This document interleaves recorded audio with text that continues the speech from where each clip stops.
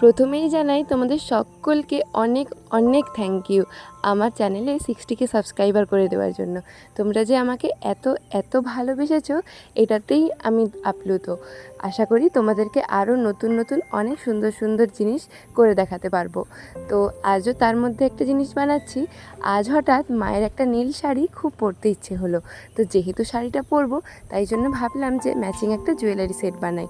তো এখন আর খুব একটা জুয়েলারি সেট নিজের হাতে বানাই না, কিন্তু এইচএস পরীক্ষা শেষ হয়ে যাওয়ার পর আগের বছর অনেকটা খালি টাইম থাকায় অনেক জুয়েলারি সেট বানিয়েছিলাম, জানো তো। তোমাদের একদিন দেখাবো। তো আজও সেরকম লেগে পড়েছি, যেহেতু শাড়িটা নীল তাই জন্য ম্যাচিং করেই বানাবো বললাম। যেমন খুবই ইজি কিন্তু বানানো, একটা পাতলা কার্ডবোর্ড নিয়ে তার উপরে ম্যাচিং যে কোনো কালারের ফ্যাব্রিক অ্যাটাচ করে ওপরে যে চামচটা দিয়েছি দেখতে পাচ্ছ, ওটা একটা পুরনো ইয়াররিংস থেকে খুলে নেওয়া। আর হ্যান্ডমেড জুয়েলারি যেহেতু কড়ি ছাড়া তো একদমই অসম্পূর্ণ লাগবে, তাই কড়িও অ্যাটাচ করেছি, সাথে দুটো ছোট ছোট ইয়াররিংসও বানিয়েছি। তোমরা পুরোটা দেখে জানিও আমার তৈরি এই জুয়েলারি সেটটা তোমাদের কেমন লাগলো, আর আমায় পরে কেমন লাগছে অবশ্যই কমেন্ট করো। চলো টাটা।